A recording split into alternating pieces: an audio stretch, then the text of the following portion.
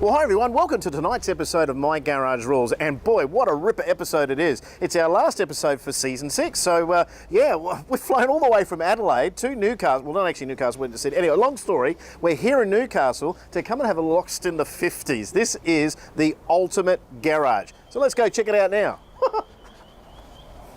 I think I'll pull this. Oh my God, oh look at this place. I'm going to absolutely lose myself in here. This is incredible. Oh, he's got a big boy. Oh, I wonder if I could fit him in the plane. Oh, wow. This is going to be crazy. Unbelievable. Glenn, where are you, mate? Where are you? This is fantastic. So, Glenn, we're in the DeLorean, mate. So, what are we doing in here? Well, where else are we going to go? Let's go back to the future. Oh, no way. Can the 1950s. Yes. Lost in the 50s Museum. Let's do it. Hold on. Whoa!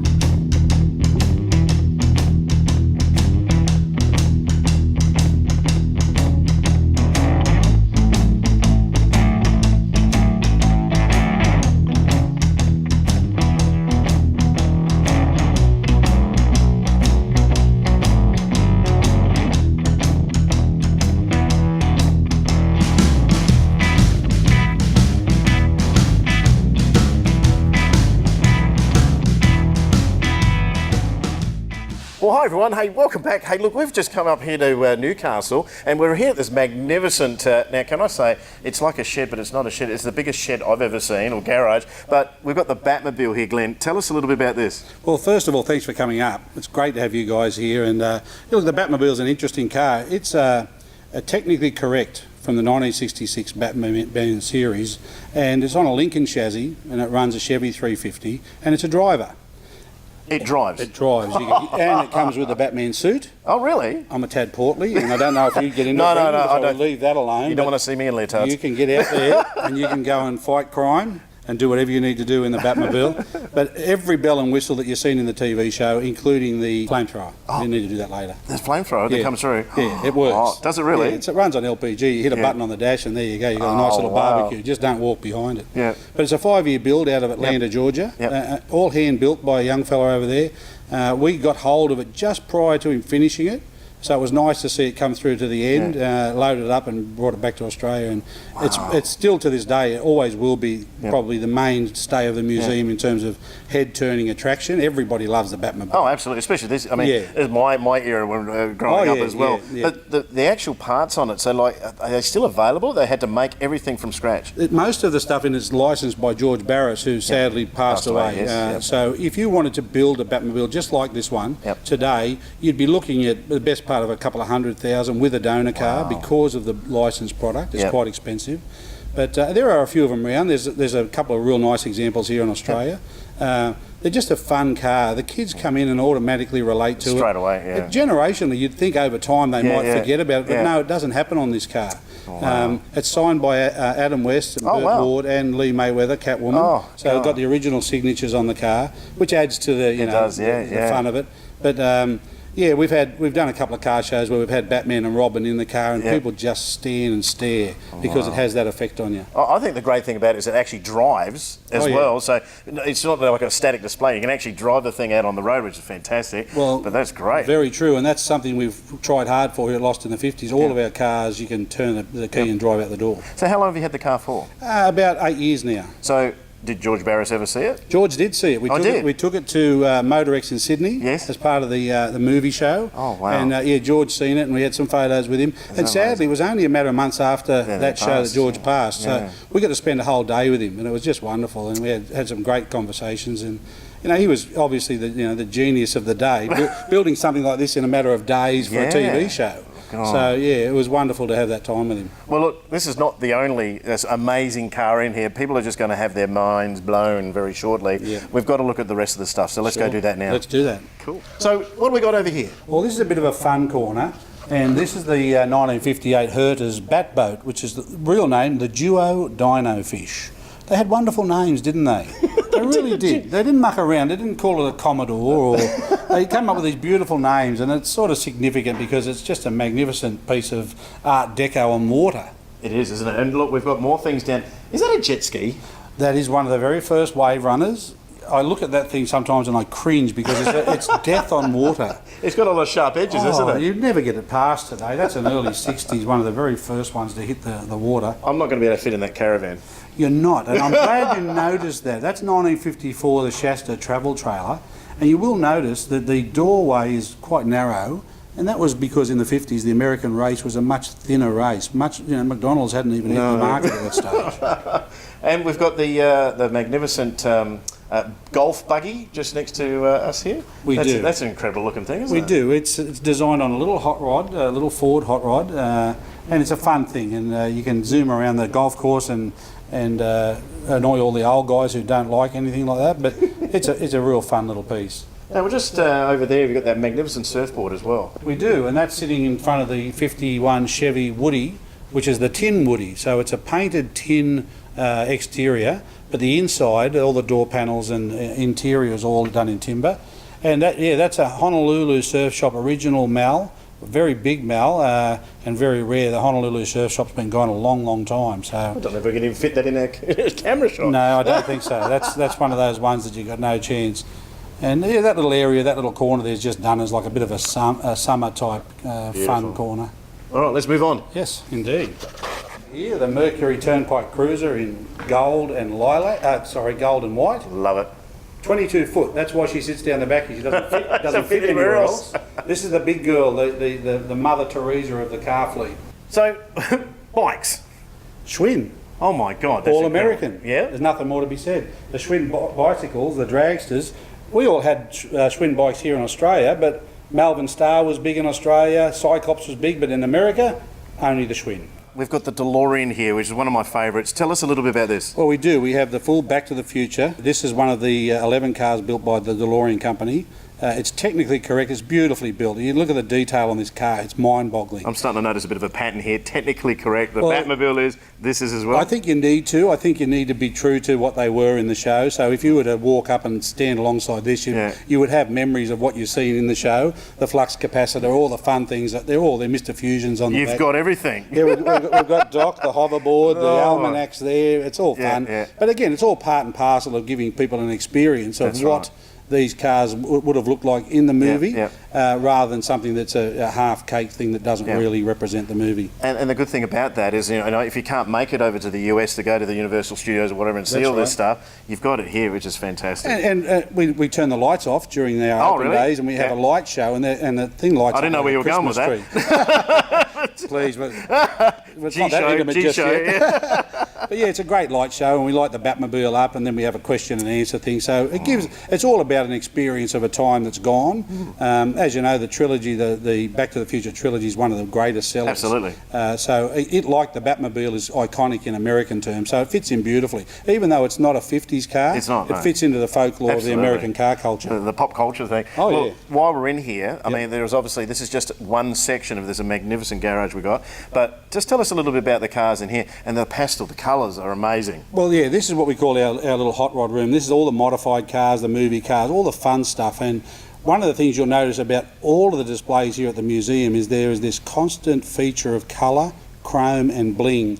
And it all comes back to the fact that this era, the 50s and 60s in America, they were coming into a very happy and vibrant time, coming out of the war, out of the Depression. Absolutely. Money was available, everyone had jobs, and it was a fun time. So the mindset of those days for the designers was, let's go happy, let's go colour, and they really did compete on a yearly basis. The models changed every year. I mean, try and get that sort of colour now. You can't, can you? Silver, black and white, Yeah, what's your choice? So yeah, as you walk around, you will notice one of the key things about the museum is just colour. Colour. And it makes you happy. Yeah, and absolutely. that throws you back to happy days, and that's what we're all about. We all love to be happy. Oh, wouldn't we? Yeah, indeed. All right, so we've got to move on to the next section because this is just massive, this place. So how about we move into the next area? Let's go next door and have a look at what they looked like, unmodified, had we walked into one of the major dealers in America during the 50s. Oh, I can't wait. You're going to see cars as they would have been on the showroom floor. Let's do it. All right, let's go. For sure.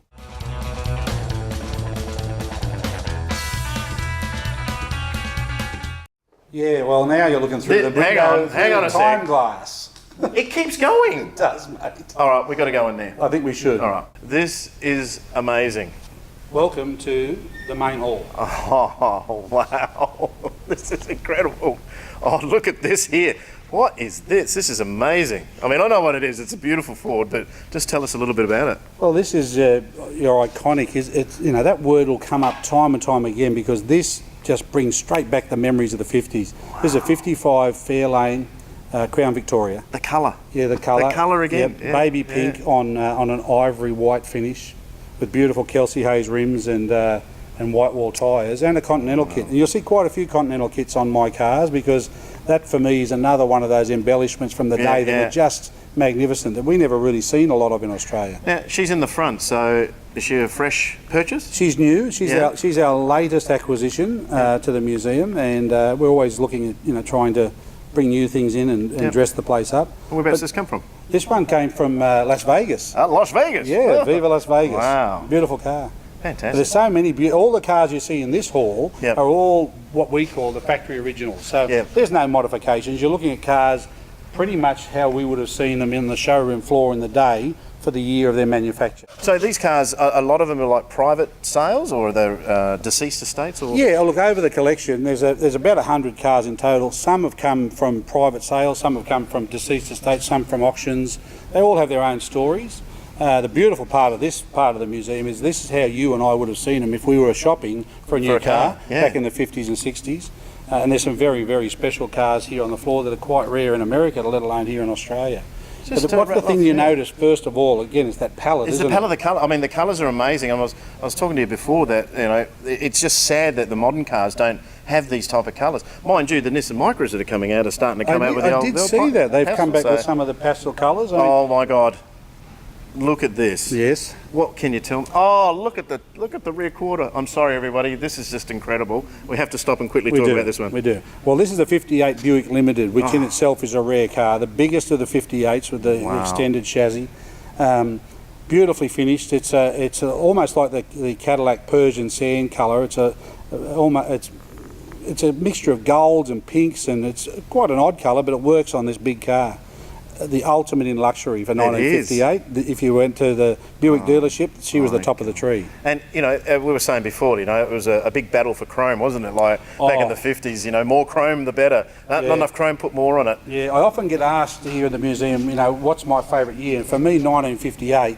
That was the year when it reached its penultimate challenge for the four big guys sitting in their R&D factory going, what can we do to outdo each other? Know. Which brings us to the next one. I was just seeing that. I just freaked. Oh, my God. So we looked at the 58 Buick Limited. This is its competitor for the year, the 1958 Oldsmobile 98. This is beautifully done in burgundy with the gold trim.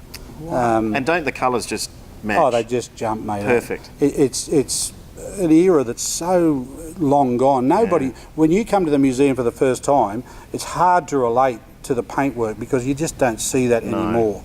But you can imagine it, can't you? The guy from Oldsmobile sitting in his office and someone's come in and said, Buick's just done a limited. He said, well, get more chrome, put bigger fins, let's do something. And they just went at it for, a run of time. 1958 reached the ultimate in bling for these cars. Three beautiful cars here. Yeah. I mean, I know the 59 Cadillac there, but it's got a bit of a story behind it. They do, yeah. Each of these cars has it's interesting for me as an owner. They all have stories and they all have personalities and they all drive different. And some of them are buggers and some of them are beautiful and some of them you dislike on a day, but they all have their own little stories. And these three sort of are significant because these are three of the highly sought after in the collector market today.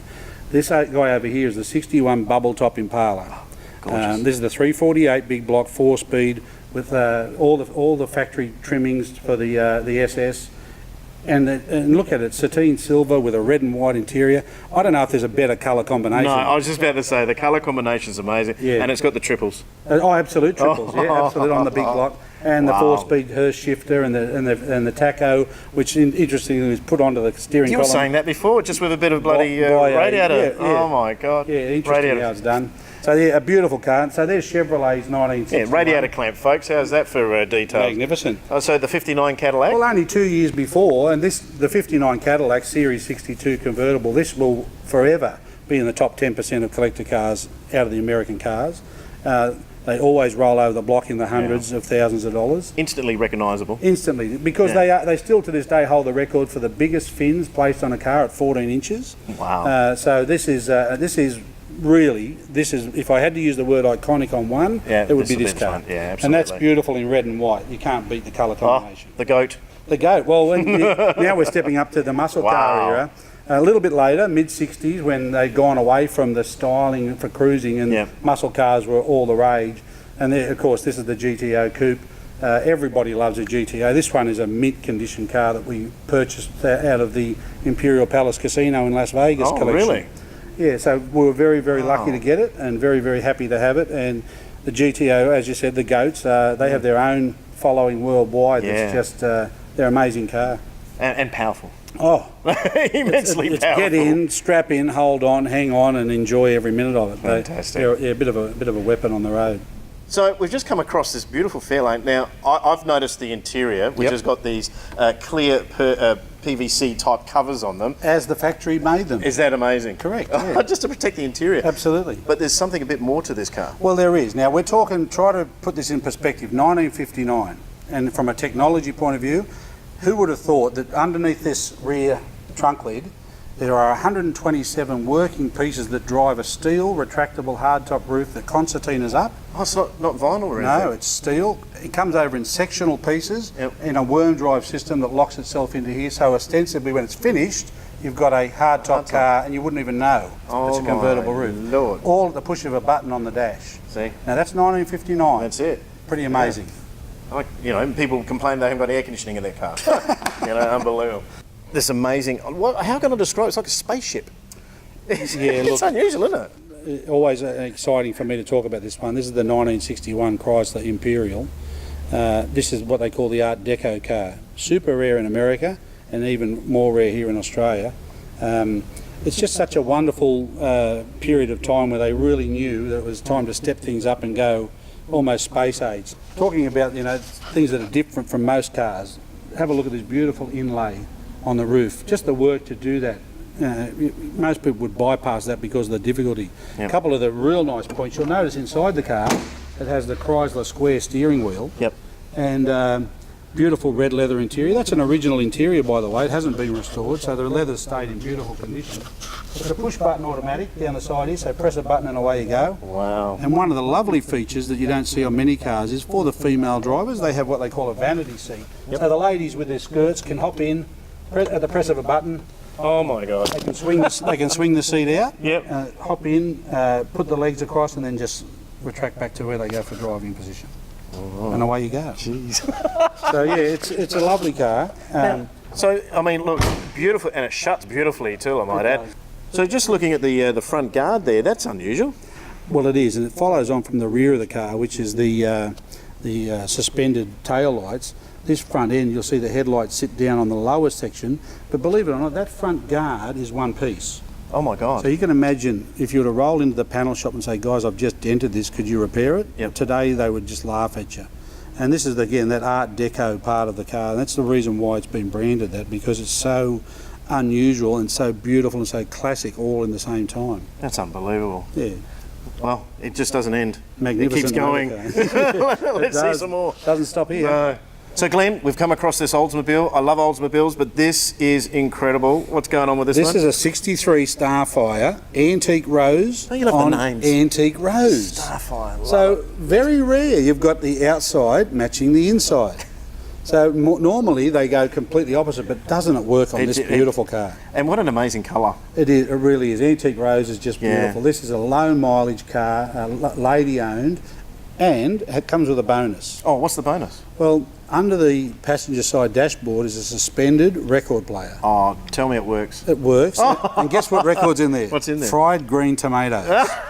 And it works. Yeah. Are you kidding So me? you're cruising down the highway in your Starfire, you reach across, hit the button, and around she goes on a 45 and you've got a record player. That's incredible. It really is. So what's the little thing on the dash there I've just Well, you'll noticed? notice those on quite a few of the high-end cars only. That's an Autronic eye. And Okay, I've seen those on Cadillacs. the And big what ones, it did in the day, it picked up oncoming light coming. Yes. Remember back in the day, not everyone had street lights, so That's you right. drove around with your high beam on. Yep.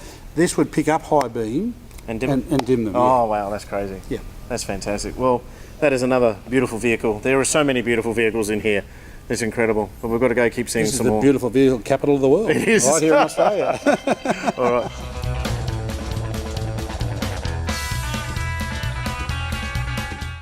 Wow, this is incredible. So this is like a memorabilia room sort of thing. So there's so many toys here from the 50s. There's a bit of everything. I mean, the whole idea of the memorabilia hall was to throw so much American culture and bits and pieces into cabinets so that it's like eye candy. You just walk along going, I've never seen that, or what the hell is that, or where does that come from? So explain some of these things that are in there. I mean, this little guy here is an interesting piece. This is one of those kinetic toys from the 1940s. You wind it up and each of those little buses bump each other to keep them going. And it still works. Can you imagine that today, 1940, we're talking what now, 70-something years old? It's never going to work. There's an original Baker-like TV from back in the day. Right. Oh, hang on. Something's caught my eye. Danger, Will Robinson. What the hell? Have a look at this. Yeah, oh my God. Lost in the 50s had to feature. It's another iconic American TV show that we all grew up on. Can I touch it? You can touch him, yeah. Danger. How rare is that though? Don't, careful. Oh, hang on. Now, look over here. Yes. Don't bump it. What have we got here? This is an original 1 through 75 Leslie Matchbox collection that has never, apart from going into this cabinet, ever have been out on display. So those cars have been placed on top of those boxes out of the darkness of those boxes for the first time here. Oh my God, so they've never been played with? Never been played with. They are mint condition, still in the box. In fact, let me just point out, yes, and the elastic bands on 2 or 3 of these that hold the pipes in place are the original bands, so you can't touch them because they'd be brittle. They're just brittle, Yeah, and they would snap. So that's a marvellous piece of Americana. So how do we know they haven't been played with? Well, if you look closely at any of the wheels on them, you'll see that they are still shiny. There is no wear. Oh my God! And I can guarantee that when I got them out of the boxes, they were just mint. There's never been touched or played with. Oh, hey, I noticed somebody's behind us. Well, Elvis is always in the building. What's going on? You want to talk American pop culture? Here it is in a nutshell. Wow! This is what we call our Elvis Presley tribute wall. Yeah. And of course, Elvis is sitting in a '61 DeSoto dinette. Yes. And this dinette we pulled out of a diner in America, where you would sit and have your hamburgers served. It's a real car. It would be worth a fortune today if it was complete. It's still probably quite expensive as it is, but a beautiful piece and a wonderful tribute to, America's greatest, Elvis Presley. And there's Elvis and Anne Margaret there on the Hollywood film strip. As you know, they were a great couple. It's crazy. But this room's solely dedicated to, that time of in America where it was just magnificent. There's the old Hollywood projector. And it gets back to the colours again, or the bright It does, colours. and you would have had one of those growing up here in Australia, the cowboy suit with the sheriff's badge. And look, oh my God, there's more in this cabinet here. There is, and there's some pretty... the monkeys. there's the monkeys. There's a beautiful dashboard Coca-Cola commercial radio.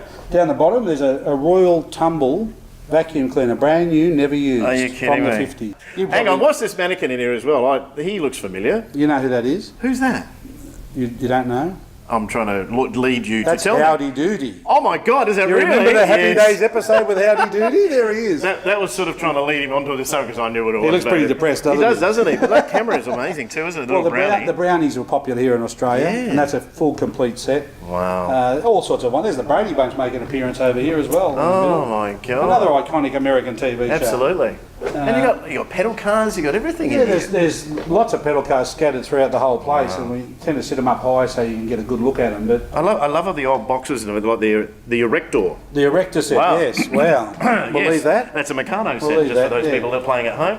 Oh, Glenn, this is beautiful. I'm actually feeling a little bit peckish. What have you got? Welcome to the diner, mate. This is great. This is our special effort at replicating what it would have been like back in the day to go into the malt shop or the diner.